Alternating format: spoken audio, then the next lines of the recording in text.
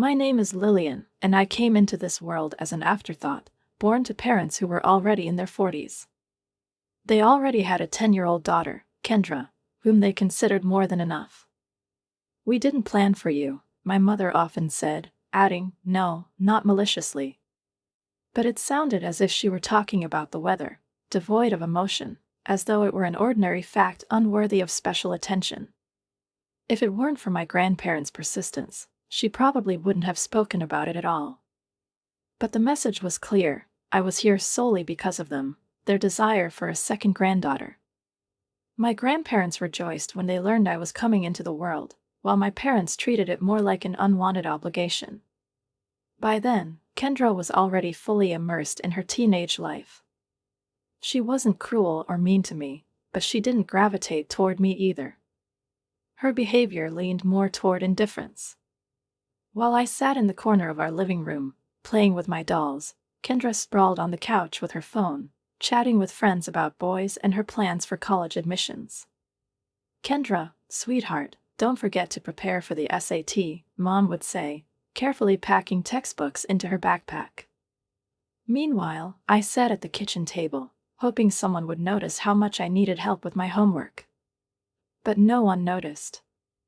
My parents had arranged their lives in such a way that I was mostly out of the house. Every morning, my dad dropped me off at my grandparents' home. "You wanted her, you got her," he'd say to my grandfather, handing me over like another piece of cargo. My grandparents' house became my true home. They greeted me after school, helped me with my homework, took me to the park, fed me, and tucked me into bed. Every evening, my grandmother hugged me goodbye, saying, "You're the best thing that's ever happened to us." In her embrace, I felt the warmth and love so absent at home. For a moment, I could forget that somewhere else, I was seen as a burden. Day after day, year after year, life continued in this rhythm. Kendra prepared for her bright future, while I learned to live with the feeling of being an afterthought in my own family. But my grandparents' love gave me strength. Their home was my refuge. One day, while sitting at the kitchen table with my grandfather, solving difficult equations, he said, "You know, the best things in life aren't always planned." He smiled, and in that moment, I felt the burden of being unwanted lift, even if just briefly. When Kendra left for college, I hoped things at home might change. Maybe my parents would notice me, their younger daughter, the only one left. But those were just illusions. "Lillian," my mother's voice interrupted my thoughts as I walked into the house after school. "You need to clean the bathroom." She didn't ask how my day had been, didn't look me in the eye. Just a directive, dry and familiar. I slowly took off my backpack, placed it by the wall, and headed to the bathroom. As I wiped the tiles, the smell of bleach stung my eyes, and I thought about how often I had wished to be noticed, to be heard. My world had been reduced to dolls in my childhood, the care of my grandparents, and their unwavering belief that I was special. These thoughts swirled in my head as I scrubbed the soap scum off the sink. At some point, I realized something had to change. My life couldn't remain a shadow of other people's decisions forever. What had once been Kendra's chores had now become mine. The entire house seemed to fall under my care. The mountain of dirty laundry grew endlessly, and the washing machine became my most loyal companion. I learned its settings inside and out, how to use the different modes, which programs worked best for cotton, and which for delicate fabrics. The housework seemed never-ending. "You live here, so you need to pull your weight," my dad said every time I slowed down or showed signs of exhaustion. "Your sister always did her part," he added pointedly, as if that should inspire me. I nodded silently, pressing my lips together. No one cared about how I felt. By the time I was 14, I had graduated from cleaning to cooking. The transition wasn't gradual. One morning, out of the blue, my mom simply announced, "You're old enough now. We expect dinner to be ready when we get home from work." That first evening remains etched in my memory. I made spaghetti. It was slightly overcooked, sticky, but edible. My parents ate in silence. Only at the end of the meal did my dad look up from his plate and say, "Tomorrow, try something with chicken." His tone left no doubt. It wasn't a suggestion but a command. That's how I began my journey into cooking, driven not by enthusiasm but by necessity. The only escape from this routine was my dreams of college. Every night, after finishing the dishes and cleaning up the kitchen, I went upstairs to my room and opened my laptop. Browsing university websites became my personal ritual. I imagined walking across campuses, free from the endless cycle of chores and the cold silence of our home. When I turned 16, Kendra returned home with news that upended our household. On a Sunday, the doors suddenly flew open, and she burst in, dragging a tall, well-dressed man behind her. "Mom!" "Dad!" she cried out, her voice ringing with excitement. "This is James. We're engaged." It was as if she'd just announced she'd won the lottery. My parents practically jumped for joy. Mom cried, and Dad was already dialing the phone to inform relatives. "We'll pay for everything," Mom declared, hugging Kendra so tightly it seemed she feared she might disappear. "Our first daughter's wedding has to be perfect." From that moment on, the entire house was consumed by wedding preparations. Everything revolved around choices: the colors of the decorations, the fabrics for the dress, the guest lists. Money flowed like water, as if it were an endless resource. My parents hired only the best vendors, bought designer dresses, and even commissioned an ice sculpture that looked like it belonged in another universe. My grandparents attended the wedding too, but I noticed the glances they exchanged. My grandmother frowned as she looked at the sculpture, which likely cost more than an entire year of my college tuition. My grandfather shook his head near the champagne fountain but said nothing. 2 years passed. I was sitting at the dining table with 3 college acceptance letters spread out before me. All my hard work, years of dedication, and sleepless nights had finally paid off. I had been accepted into 3 top universities. My heart was racing, and a wave of pride surged through me. I decided to share the news with my parents. "That's nice," my mother said, not looking up from her salad. "But we can't pay for it." Her voice was cold and indifferent, as if she were discussing a grocery list. "But you paid for Kendra's college," I mumbled, feeling a growing sense of despair. "That was different," my mother replied dryly. "We saw potential in her." Her words hit me harder than I'd expected. Potential. My own mother didn't see anything in me worth fighting for, worth sacrificing for. The silence at the dining table was deafening after my mother's comment about potential. I sat there, staring at the acceptance letters, which suddenly felt unbearably heavy in my hands. My parents continued eating as though nothing had happened, as though they hadn't shattered my dreams in an instant. "You'll need to get a job," my father said between bites, his tone detached, like he was giving advice to a stranger. "Save up some money, take out a student loan. That's what responsible adults do." Something inside me broke in that moment. I stood up from the table slowly, without saying a word. It was unlike me to leave without apologizing, without trying to please them or avoid conflict.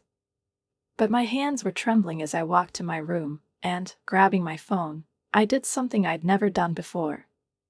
I called my grandmother. A few minutes later, I was standing at her familiar front door.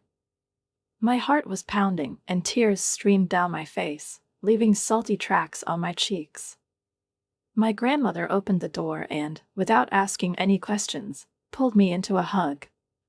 "Oh, my sweet girl," she whispered, stroking my hair as I sobbed and told her everything that had happened. My grandfather stood nearby, listening intently.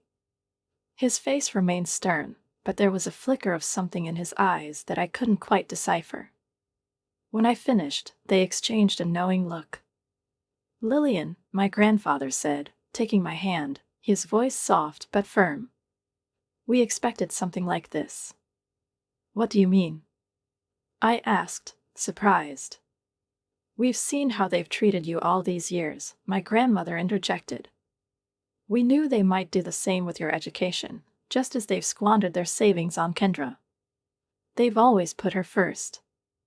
My grandfather stood up and walked to his study. When he returned, he was holding an old folder. He opened it in front of me, revealing bank statements and documents. We've been saving for your education since the day you were born, he said. I looked at the documents, unable to believe my eyes. You can choose any of the 3 colleges that accepted you. We'll take care of everything. That night, I returned home and began packing my things. Not everything, just the essentials. My parents were downstairs, absorbed in the television, barely looking up when I said, I'm moving in with Grandma and Grandpa. Do what you think is best, my mother replied, not even glancing at me. But I heard relief in her voice. The next few weeks flew by in a blur of college preparations. I chose a program in financial analysis. Perhaps watching my parents mismanage money had sparked my interest in doing things the right way. My grandparents helped me with every detail, from filling out forms to buying school supplies. In the fall, I started college. It felt like stepping into a new world. The coursework was challenging, but every day I felt like I was moving forward. Each lecture was a step towards something bigger, something that was finally mine. My professors noticed my enthusiasm, and I often stayed after class to discuss complex concepts. For the first time in my life, someone other than my grandparents saw potential in me. Real potential. By my second year, I had grown confident in the world of finance. My schedule was packed with lectures, hands-on projects, and meetings with mentors. Then, one day, I got a call from my grandmother. Lillian, I have some news, she began cautiously. What's going on? I asked, sensing tension in her voice. It's about Kendra, she sighed. Your sister is having problems. Her career in marketing isn't going as she hoped. And James, well, it seems he's struggling to hold on to a job too. They're constantly asking your parents for money. I was silent, gripping the phone. My grandmother's words sounded distant, as if they were about someone else entirely. I wasn't surprised when she told me they had helped Kendra and James yet again. Your mother emptied her retirement account last month to help them pay rent, she said with a bitter chuckle, as if trying to find a shred of humor in the situation, though even she couldn't.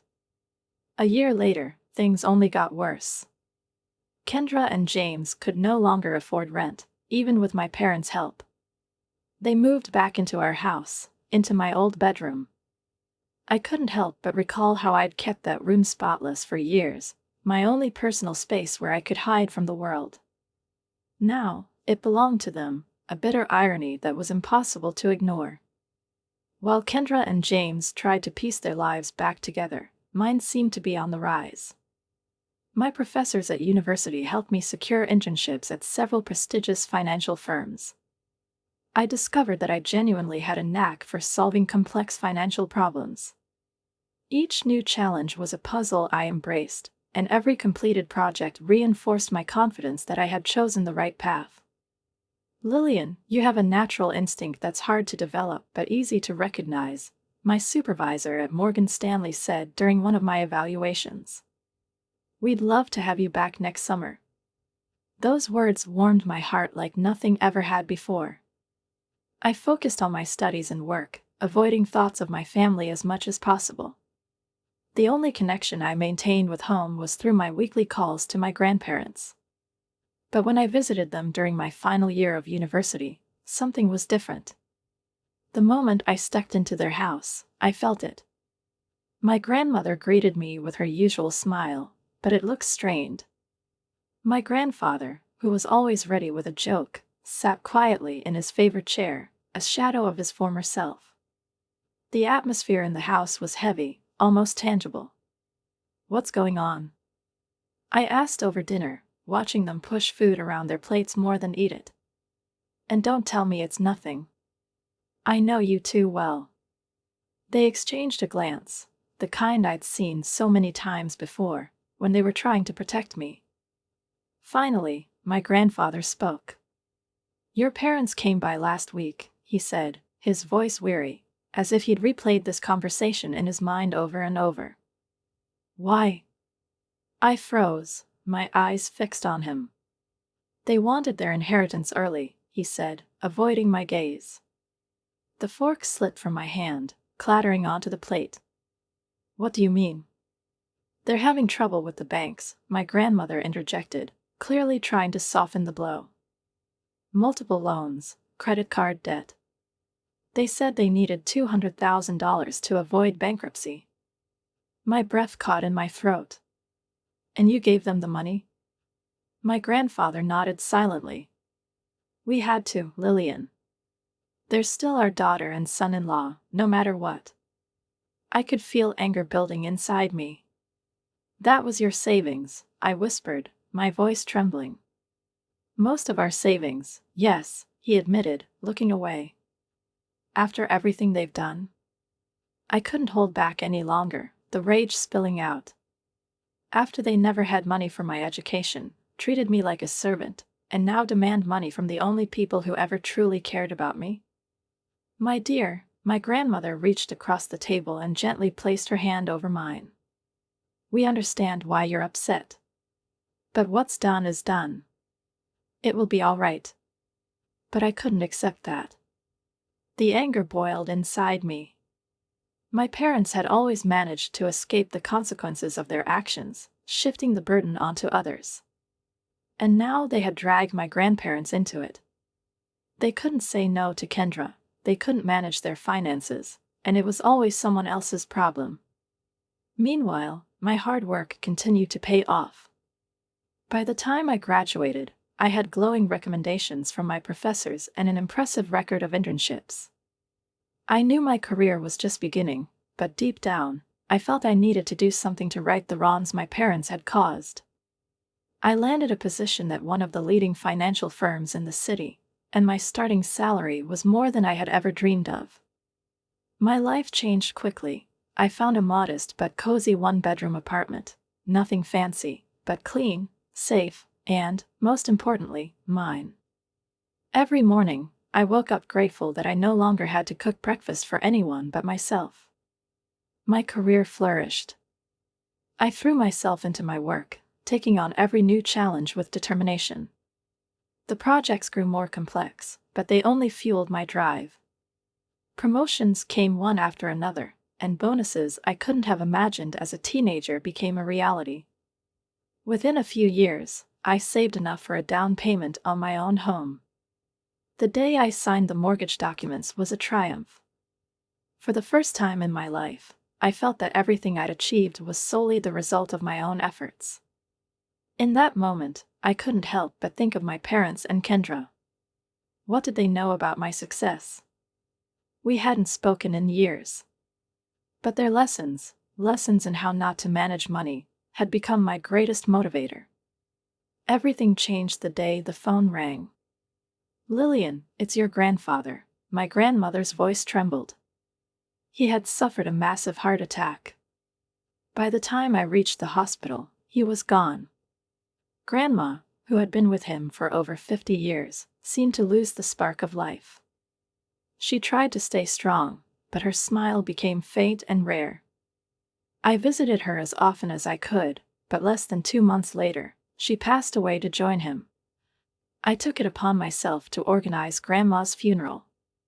It was a duty I wanted to fulfill to honor their love and the sacrifices they had made for me. I was sitting with the funeral director discussing details when I heard a familiar voice behind me.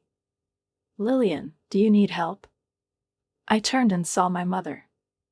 She looked older than I remembered, her face worn, as though life had weighed her down with every hardship imaginable. Part of me wanted to tell her to leave, but something in her eyes gave me pause. "It wouldn't hurt," I said, surprising even myself. Over the next few days, as we planned the service, my parents began to open up a little. We talked about finances and how hard it had been for them to manage on a pension. "We're barely making ends meet," my father admitted as we chose flowers for the funeral. And things aren't easy with Kendra's twins. Twins? I asked, raising my eyebrows in surprise. Yes, my mother replied with a faint smile. It's been so hard for Kendra and James to cope, so we help however we can. I nodded, keeping my expression neutral, though inside, a storm of mixed emotions swirled. They were still helping Kendra, even as they teetered on the edge of financial ruin. In their world, nothing had changed. A week after Grandma's funeral, we gathered in the attorney's office for the reading of the will. The room was dimly lit, with dark wood paneling, and the air smelled of old paper and furniture polish. I sat across from my parents.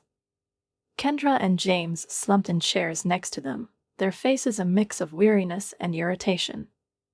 The tension in the room was so thick it could have been cut with a knife. The attorney, Mr. Patterson, adjusted his glasses and began to read. At first, it was the usual legal jargon that made my head spin. But then his words made everyone in the room sit up straight. To our beloved granddaughter, Lillian, he began, and all eyes turned to me. We leave our house at 1542 Maple Street, along with a sum of $150,000. The silence was deafening. Kendra opened her mouth but didn't say a word. My mother abruptly grabbed my father's hand, her knuckles turning white. Mr. Patterson cleared his throat and continued. There is also a personal note from Mr. Henderson to his daughter, Margaret. He looked up at my mother and began to read, Margaret, remember that we gave you $200,000 when you needed it most. This is our final decision, and we hope you will respect it, just as we respected your needs. The air in the room grew heavy. My mother looked as though the ground had been pulled out from under her. Kendra shot out of her chair. This isn't fair, she shouted, but her words hung in the air, unanswered. I sat there, staring at the attorney, striving to maintain a calm exterior. Inside, I felt a strange mix of relief and bitterness. My mother's face turned red, then pale. My father stared at the floor, looking lost, while Kendra and James exchanged worried glances.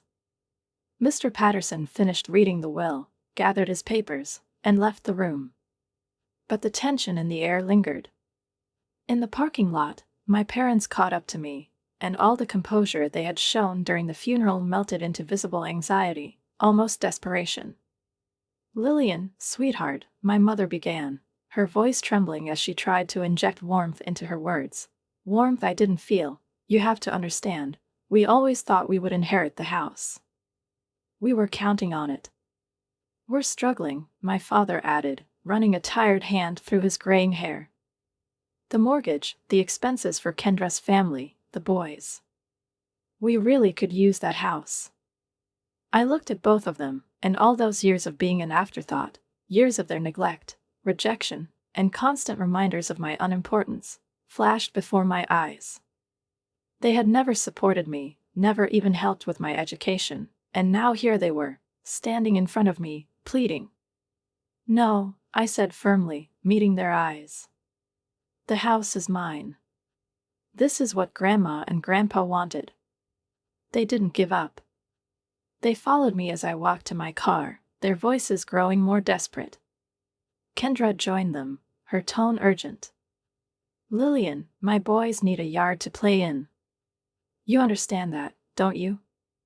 But I simply got into my car, started the engine, and drove away. A week later, my phone rang. It was my mother. Her voice sounded different, softer, almost resigned.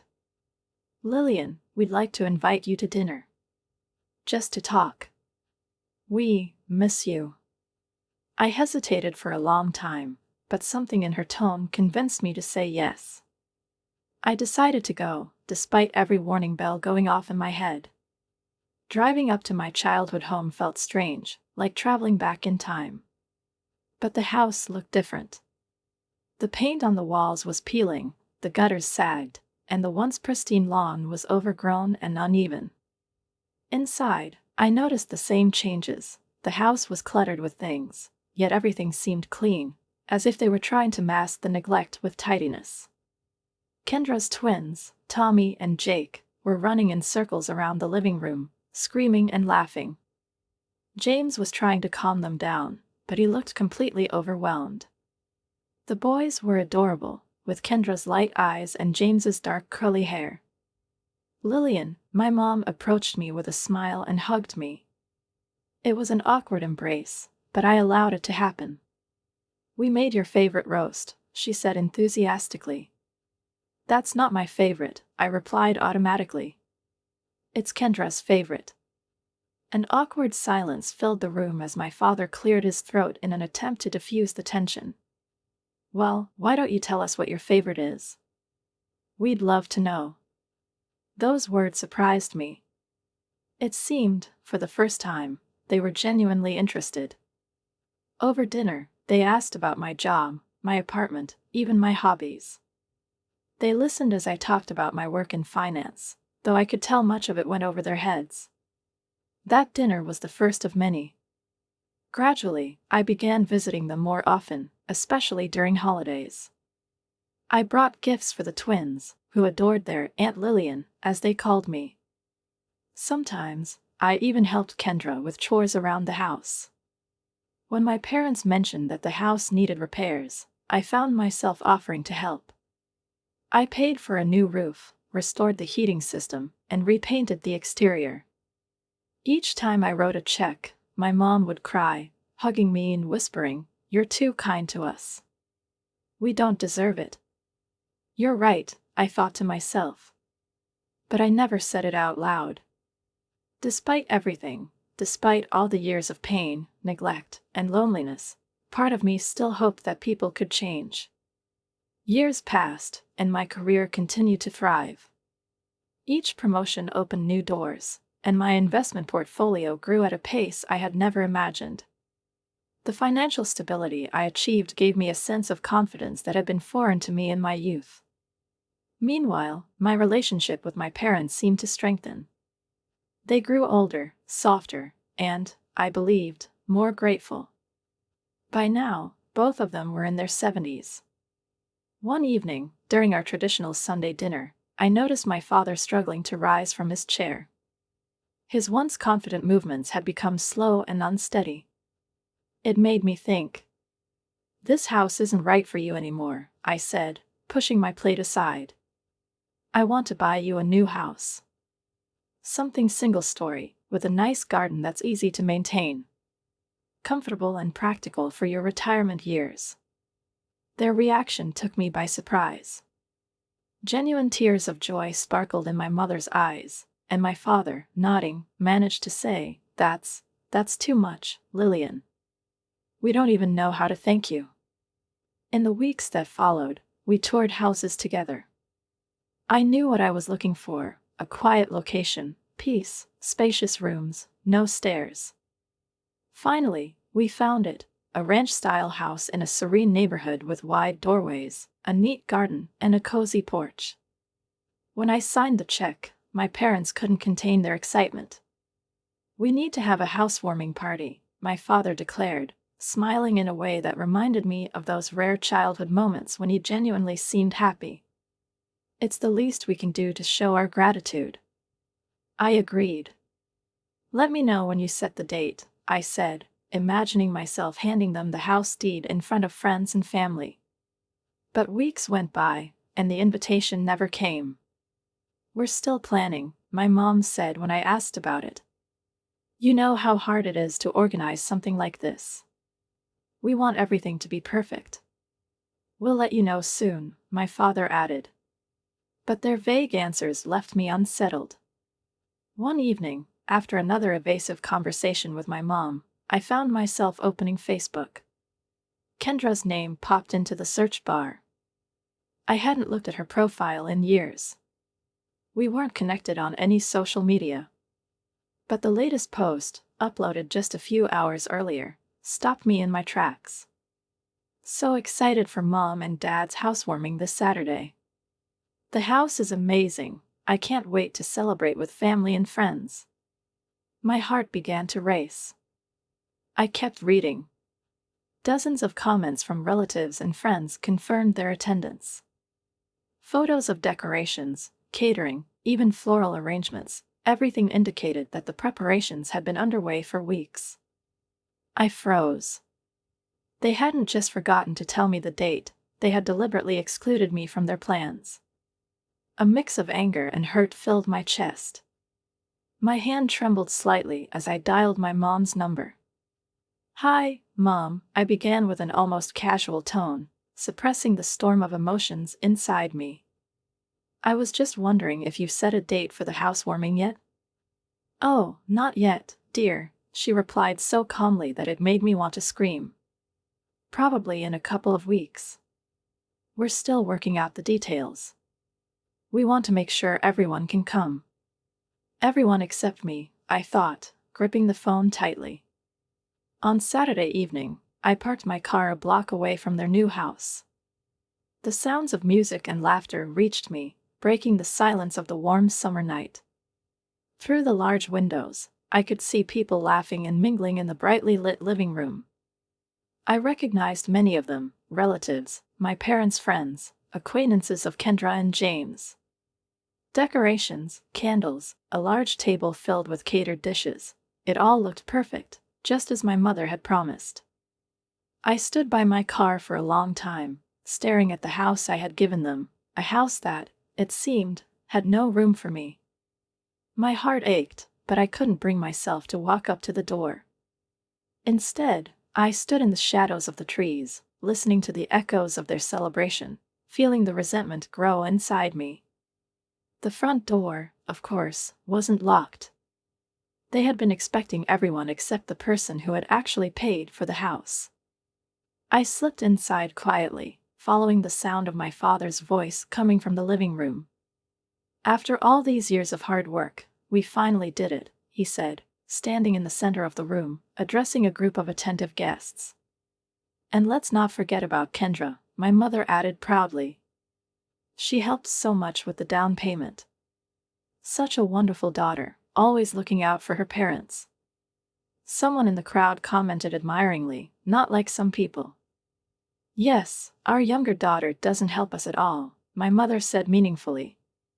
"She's probably too busy with her career to think about family." I stood in the doorway, listening to this performance. Heat rose to my face, and my hands clenched into fists. Kendra glowed like the center of attention, her 7-year-old twins darting between guests in the house I had purchased. "Actually," I said loudly, making everyone jump, "you've clearly forgotten who you should be thanking." The room fell into a stunned silence. The color drained from my parents' faces, and the guests began whispering and exchanging uneasy glances. Lillian, my father, was the first to recover, his smile forced. "What a surprise." "I'm sure it is a surprise for you," I replied as I stepped into the room. "Especially since you forgot to invite me to the housewarming party for the home I bought." The air grew heavy. Kendra looked away, and James suddenly became very interested in his shoes. "Well," my mother's voice trembled. "What's done is done. You bought this house, yes, but now it's our home. You can't expect eternal gratitude." "That's true," my father chimed in, gaining confidence. "And frankly, you're not welcome here. This is a family gathering." "A family gathering?" I repeated, barely restraining the bitterness in my voice. "Yes," my mother continued. "Kendra and her family will be living here. We've already sold our house. Everything is settled." This time, I couldn't hold back a cold, sharp, almost hysterical laugh. The guests shifted uncomfortably, glancing between me and my parents. I opened my bag and pulled out a folder.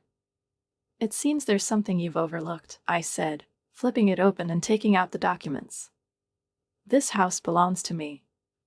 I never signed it over to you." My mother's eyes widened. "You can't do this," she exclaimed. "I can," I said calmly.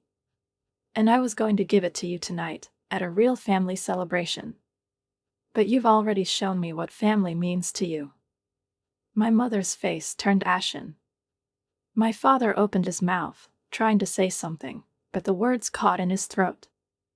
I turned to the guests, who were silently watching the scene unfold. "I want everyone to leave now," I announced firmly. "This is my house, and your party is over." Some of them began gathering their things without waiting for a second invitation. Whispers rippled through the crowd, but no one dared to protest. "Don't do this, Lillian," my mother cried, almost hysterical. "We're your parents." "No," I replied quietly. "You're just the people who gave me life." My real parents were Grandma and Grandpa. They taught me that family isn't about blood, it's about care and love. They taught me how to handle money, something you clearly never learned. My words struck her harder than I expected. My father tried to interject, but I raised a hand to stop him. I watched from the porch as the guests left one by one. Kendra and James ushered their twins out without a word. My parents were the last to leave, and I saw my mother discreetly wiping her eyes. A few weeks later, I learned that they had used the money from selling their house to buy a small apartment. Kendra, James, and the twins had moved in with them. They tried to contact me, calling, writing letters, leaving messages on social media. But I blocked their numbers, their accounts, every attempt at communication. I sold the house a month later and put the money into my savings. Someday, I would have children of my own, and I made a vow to myself: they would never have to fight for my love or attention.